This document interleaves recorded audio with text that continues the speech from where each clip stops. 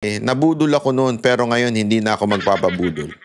Sabi Play ng natin. Pangulo na may napili na siyang hepe ng Philippine National Police pero hindi pa niya inanunsyo kung sino dahil nais raw niya na personal niya muna itong sabihan.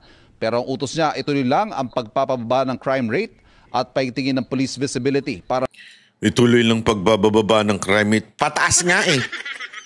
Ano? Bulero talaga. Budol talaga itong Marcos na ito. mapanatag ang publiko na sila ligtas sa kanilang mga komunidad. Natanong din ng Pangulo tungkol sa impeachment proceedings laban kay Vice President Sara Duterte na nakatakdang magsimula sa susunod na linggo. Ayon sa Pangulo, hindi nagbagong kanyang posisyon na ayaw niya ng impeachment pero kailangan na lang hayaang gumulong ang proseso. I didn't want impeachment. Lahat ng kakampi ko sa Kongreso hindi nag-file ng impeachment complaint. Yung mga nag-file ng impeachment. So, ibig mo sabihin, lahat ng kakampi mo, si Romualdez, di mo kakampi. Yung anak mo, hindi mo kakampi. Budol talaga to. yung anak mo nga yung naghain nun eh. Mantakin mo ha.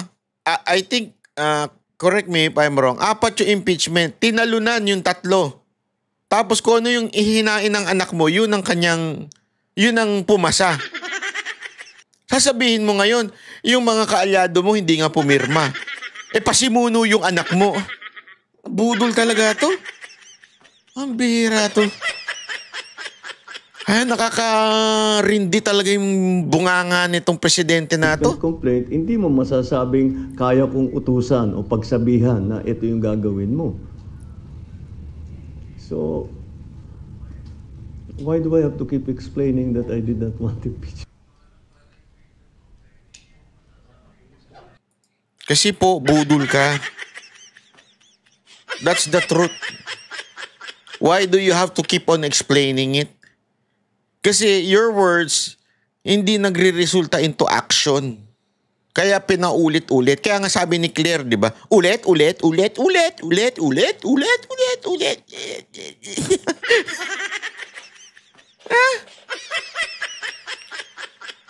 Wag mo kasing isalita lang. Kung talagang ayaw mo, pagalawin mo ang mga tauhan mo sa Kamara at saka sa Senado. Di ba? Wala ewan ko. Pathological liar talaga itong presidente natin. Puro kasinungalingan ng para bagang nasanay na siya magsinungaling ever since. Sa bagay, sabi nga nila, ang kapatid ng magnanakaw ay Hindi nyo alam yon? Yung quotation na yung kapatid ng magnanakaw ay mali kayo. Mali ang iniisip nyo. Ang tamang sagot dyan, kapatid ng magnanakaw is snatcher. Ano kinaugnayan nun? Wala. Sinabi ko lang.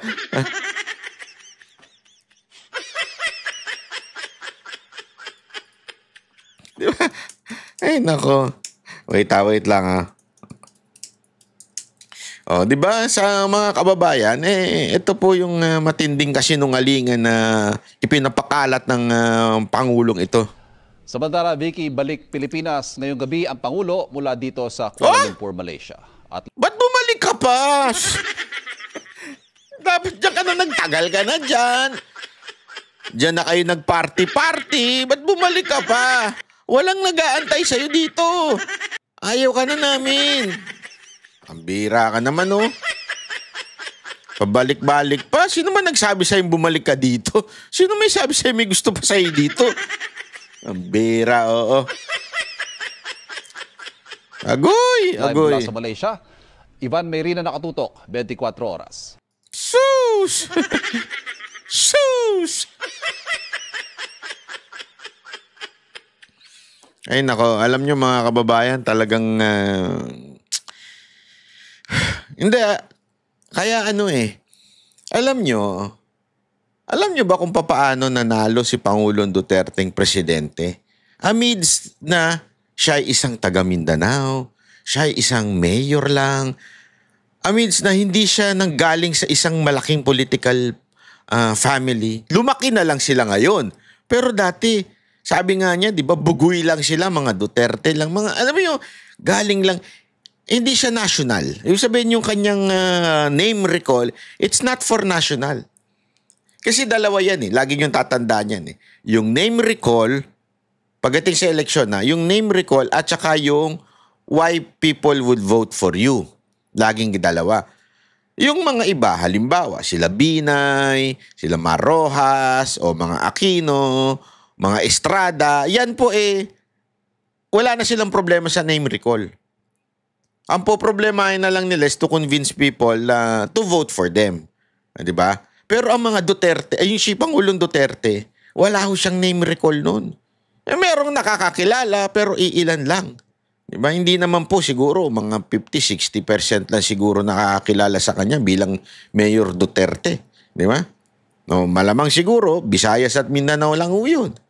Konti sa Luzon, di ba? Ganun no eh. Pero bakit to siya umangat nung panahon ng 2016? Yung kanyang way of campaigning is not conventional. Ano ibig sabihin ng not conventional? Yung hindi siya yung pag ako naging Pangulo, ganito ang aking gagawin. Pag ako, bibigay ko 20 pesos kada kilo ng bigas. Wala siyang ganun. Hindi siya yung typical na kandidato. As a matter of fact, ang dami niyang kagulat-gulat na ginawa that would offend some people. Di ba? Ang dami niya sinasabi. Una, yung sa babae. Umahalik siya ng babae. Saan ka nakakita ang kandidato umahalik ng babae? Nagmumura. Sasabihin niya, papatayin ko kayo talaga. Pag kayo, ako na naging presidente, patay talaga kayo sa akin. Yan, paulit-ulit yan. Ano pa? As in, puro yung unconventional eh. Pero bakit siya binoto? Because nakita yung honesty sa kanyang puso. Nakita yung pagiging totoong tao niya. That's the difference between the Duterte and the Marcoses. Ito kasing Marcoses, parang feeling nila sila yung high up there. We are the New Yorker. We are the high society. Maraming meaning yung high society, ha? High society.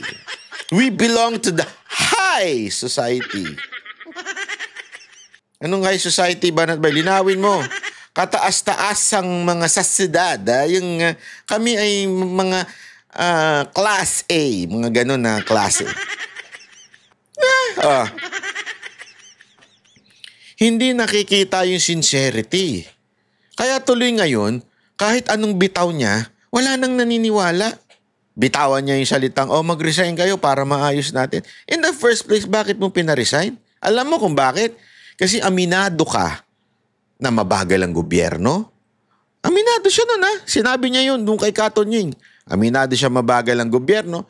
Aminado siyang natalo sila ng eleksyon. Kaya nga niya kailangan i-recalibrate ang gobyerno niya. Aminado sila.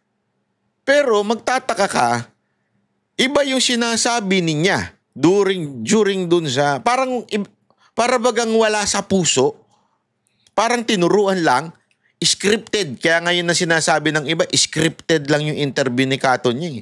Kasi para bang, eto since natalo tayo, kailangan natin ng PR, kailangan natin ng script. Ito dapat, magpapakumbaba tayo, ganito tayo dapat, tapos kunwari may gagawin tayo. Ang problema, people can detect true. Alam mo yung pagiging truthfulness mo. People can detect that. Kaya nga nanalo si Duterte noong 2016 eh. Whatever nasabihin niya, people detect yung pagiging totoong tao niya. Ito, galit talaga ito sa mga adik. Alam natin nun, tad-tad na ng adik eh. Tanong nyo kay Maros, alam niya nga kung asan daw eh. Di ba? So, anong ibig sabihin nun? Kita ng tao eh. Yung pagiging totoo ni Duterte. Dito kay Marcos, walang makita ang tao.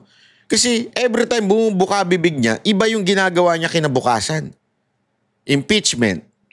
Hindi daw niya gagawin. Pero yung anak niya ang nag-push. Yung sa ICC, hindi daw niya papapasukin. Wala daw siyang planong hindi niya papayagan. Di ba? Ano nangyari? Dinala si Duterte doon. Lahat ng sinasabi niya, kabaligtaran. Kabaligtaran. Sino pang maniniwala sa tao na yan? Hindi, sigurado ako, one way or another, meron kayong kaibigang ganyan. Yung kabaligtaran ng nangyayari sa sinasabi. Yung laging aya ng aya. Tara, ride tayo. Ay, tara, ride tayo. Wala namang kwenta kayo. Pero pagdating ng ride day, ang dami ginagawa. Di ba? Oh, hindi, marami kayong barkadang ganyan. Oh, yung iba naman, aya ng aya. Outing tayo, outing tayo. Pero pag kinikwenta na yung kung magkano yung babayaran, puro sin mode na lang. Hindi mo na makausap. Pero siya ay aya ng aya. Hindi, gusto ko mag-outing tayo. Bora tayo, bora. Borat pala. Boraot pala. Bora ka ng bora, boraot ka naman pala. Ibig sabihin, ayaw maglabas ng pera. May mga ganyan tayo mga kaibigan di ba? Ang daming sinasabi. At ang pinakamatinding halimbawa niya, mga kababayan, yung mga nanligaw sa inyo nun. Ibibigay ko ang langit at lupa, pati ang buwan. After 10 years, yung sahod di mo na maramdaman. Noong una, panay ang bigay. Bulaklak, cake, cellphone, o ano-ano. Nung pagtagal-tagal, na. Be, libre mo naman ako. Wala na akong pera. Be, ikaw nang bumili ng pagkain dyan. Pa-deliver ka. McDodo. Saka Jollibee. Sige na, pa-deliver ka naman. Gutom na ako Ang dami kong ginagawa Yung pala, naglalaro lang ng Xbox o kaya PlayStation. O kaya nakikipag-chat lang. TikTok lang. Wala pala, di ba? Pero dati, nung naniligaw, ay grabe, halos ipangako sa'yo lahat. Oh. Ba't ko na naman na-bring up yan? Ganyan kasi si Marcos ganyan si Marcos talaga. Lahat ipapangako niya. Lahat sasabihin niya para mapaniwala niya yung mga, sa bagay, tatanga-tanga naman ng mga followers yan Lalo na yung mga vlogger niyan, puro tatanga-tanga. Wala nga matalino sa mga vlogger niyan Ang mga vlogger niyan talagang ewan ko, sayad yung utak Kung hindi sabog, kung hindi bangag, bobo. Wala mga utak. Yun ang totoo. Kaya tuloy na uutong madaling mauto. Kaya lang ingat mga banateros napasukan din tayo. Napasukin din tayo ng mga bobo. Hindi naman po lahat. Ngayon marami na ako nakikitang matatalino. Talagang hindi na kami papabudol diyan kay Aimee. Marami nang ganyan ngayon. Kaya kung hindi kayo magpapabudol kay Aimee, banateros tayo. Banateros tayo. Kasi alam nyo, ang banateros, matitikas siya mga yan. Wala talaga. Kami yung tipo ng tao na wala po kaming pakialam. Kahit bumaba pa subscriber namin, kahit ilang beses na kaming tumayo at nanindigan sa mga issue patungkol sa, alam mo yun, kahit ayaw ng tao, kahit hindi trending, yung kay Bantag, kay Tebes, kinontra namin lahat sa mga yan. Yung iba, hindi pa kumbinsi. Yung sasabi, masama naman yan si Tebes. Hindi yun ang punto dun Ang punto dun, tama ba yung ginagawa? Yun. Tama ba yung ginagawa ng gobyerno ito doon sa tao? Kita nyo? Same thing ng ginagawa nila ngayon dito kay Roque. Kung ano yung ginawa nila kay Tebes. Di ba? Kesyo pa uuwiin. Nagmukha lang silang tanga Kami nga sabi kami, ang dami pa nagsasabi, banat ba, hindi mo kilala yan si Tebes, masamang tao yan sa negos. May message pa ng ganyan, kala mo naman pinapansin ko. Ang daming ganyan. Ang hindi nila maintindihan, we are not defending Tebes. We are defending the truth. Ibig sabihin, we are defending yung justice lang kasi kahit sinong man tao yan, kung ginawan ka ng injustice ng gobyerno, dapat labanan mo yung injustice ng gobyerno. Pag hindi pinapadaan sa due process, dapat labanan mo. Maging matalino, maging mautak ka. Hindi pa pwede yung Dahil lang, ang dali mag-fabricate ng stories eh. 'Di ba? Ang dali pong gumawa ng sirain ang reputasyon ng isang tao. To destroy a reputation, you do not need an evidence. What you need is just a loud voice. Kaya nga 'di ba yung reputation ni Pastor Kibuloy, ano ginawa nila? They tried to destroy him. 'Di ba? By accusing of many things. Alam nyo, kasi kami alam namin ang katotohanan. And we know what is happening inside the court. Kaya we are totally convinced. Sa tingin nyo, mga katulad ni Atty. Torion, 'di ba? Sobrang talino, maloloko? Hindi maloloko. And we know that this government is just destroying the name of Pastor Kibuloy for certain reasons. Ano nga yun? Yung dumabas, yung Opla na Horus ba yun? O tama? Yung Opla na yun, di ba? Ano yun? Destroy the KOJC. Destroy Kibuloy. Bakit? Kasi yun ang supporter ng mga Duterte. Sandali yung naglabas niyang Opla na yan, wala pong kinalaman niya sa KOJC o si Pastor Kibuloy. Wala siyang kinalaman dyan. Galing sa labas yan. Manila Times na naglabas niyan. So kita niyo ibig ko sabihin, doon pa lang, magising na kayo. Ibig sabihin talagang people are destroying the reputation of people around the Duterte. Kasama na dyan si Roque. Di ba?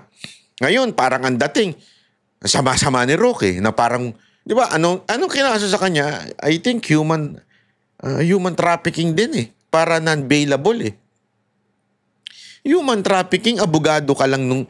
Hindi mo pwedeng kasuhan ng isang abogado dahil nag-abogado siya sa isang taong human traffic. Kung sakaling totoo again, until proven guilty, that person is innocent. So yung isang kliyente doon, na inaakasuhan nila ng human trafficking, yung sa Pogo-Pogo, abogado si Roque. Bakit pati abogado kakasuhan mo? Trabaho ng isang abogado, ang ipagtanggol pag kinuha siya.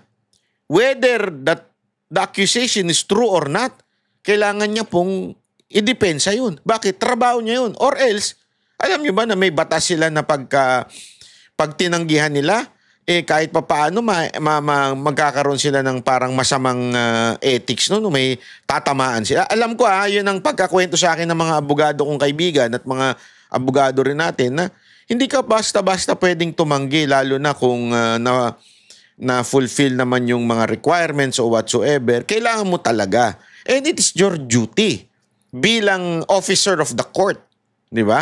Na ipagtanggol yung kusino man na kumuha sa'yo. Tapos mo kakasuhan mo. Same playbook ang ginawa nila kay Tebes. Ngayon, meron pa silang ito si Rimulya. Sabi-sabi, pauwi natin yan. May mga passport yan, napakarami. Ako alam ko maraming passport si Roque. Ay sus. Rimulya, ako na nagsasabi sa'yo, maraming passport si Roque. Yung mga expired. Kasi nire-renew niya eh. So, meron siya mga passport. Yung butas-butas nga lang. Diba? Yung luma, yung... Di ako, 3 passport ko eh. 3. Yung kulay green pa yun. Green nga ba yun? Yung luma-luma. Bata pa lang kasi yung passport na ako eh. Nirenew ko na yun. So, nagbago na. Tapos binutasan na naman yung huli. Buti na lang, ginawa talaga ni Pangulong Duterte 10 years yun. Para hindi renew ng renew. Kasi noon, ewan ko, renew na renew. Parang nagbabago ba yung mukha mo? Hindi ko maintindihan eh. At least man lang kahit 5 years. So, di ba, ako 10 years bago talaga magbago. Kaya halimbawa, itsura ko ngayon. 20 years old ako, ganito na itsura ko. Ngayong 35 na ako, ganito pa rin itsura ko. Hindi mo nagbago. Dapat, magbabago lang yan pag may pinagawa ka sa mukha mo. Kasi, pagdating sa immigration, sa ibang bansa, passport. Cardo Dalisay. Pagtingin mo, Carla po. Carla na siya ngayon. Hindi na Cardo. Carla na po ang name ko. Paano ka talaga? Hayop yan. Buhay nga naman. No? Hindi, alam mo, yun yung dapat magpalit ka ng kasi sa sobrang dami ng pinapagawa ngayon, hindi mo na talaga ma-recognize. Oo. Bawal pa naman mag-makeup pagka pwede, slight makeup lang. Pag nagpapapicture sa passport. Minsan, yung itsura talaga nagbabago pag minake-upan. Alam mo, ang expert dyan, mga Japanese. Kaya ingat kayo. Marami dyan sa lupit lang ng as in.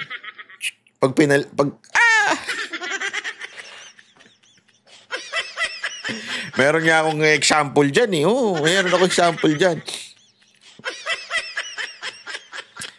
Arang sino ba ito? Yung kamukha ni Liza Soberano. Meron akong Liza Soberano. Kaya lang, biglang naghilamos. Kumuha ng tissue. Nagtanggal ng tawag doon, yung makeup remover. Pag ganyan, anharot. Ayop na. Naging anharot na yung mukha. Gago! Dati Liza Soberano, nung naka-makeup, nung nawala na, naging anharot na. Gago! Sana hindi mapanood ni Anharot to. Kilala nyo naman si Anharot di ba? Yan yung pinaka-loyal na tapat nating banateras dyan sa Paris. Huwag nyo ikikwento hindi naman nanonood ng buong video ko yun Huwag nyo nalang ikwento. Anyway, ito ba? Hay nako. Anyway, ayun na nga po mga kababayan. So hanggang dito na lang po muna. Wala na pala tayong ikikwento. Bukas dito iba. Dami ko ng nasabi sa inyo, nakakwento. Again baka naman mapakiusapan ko po kayo Baka naman pwedeng mag-subscribe na kayo. Mag-subscribe na po kayo diyan. Kasi kita niyo yan yung mga nanonood dito, 52% lang nakasubscribe. Yung iba nakikinood. Huwag naman ganun. Okay, baka naman pwedeng mag-subscribe kayo. Wala naman pong bayad dyan Diba? So, it's free. So, therefore, I conclude, you subscribe. Okay? Maraming salamat po. God bless everyone. Sana po magkita-kita po ulit tayo sa susunod nating video. Okay? Bye-bye. Kami ang boses ng masa, hindi natatakot. Katotohanan lang, di kami nalulunod. Walang bahid ng sismis, lahat ay totoo. Kahit sino ka pa, pag mali ka babanatan ka. Walang pinipiling kulay, wala kaming kinikilingan. Basta para sa bayan, kami lalaban. Pagdama palakpakan, pag mali banatan. Di matitinag, di matatakot, para sa bayan tuloy ang sigaw. Sa harap ng kamera, walang halong takot. Mga baluktot, lahat kayo'y tutumba. Ang hustisya at totoo, yun lang ang mahalaga. Kahit sinong harang, di kami matitinag. Walang pinipiling kulay, wala kaming kinikilingan. Basta para sa bayan, kami lalaban. Pag tama palakpakan, pag mali banatan. Di matitinag, di matatakot, para sa bayan tuloy ang sigaw. Kung nasa tama ka, ikaw ay aming kasama. Pero pag mali ka, handa ka na bang mabasag? Banatan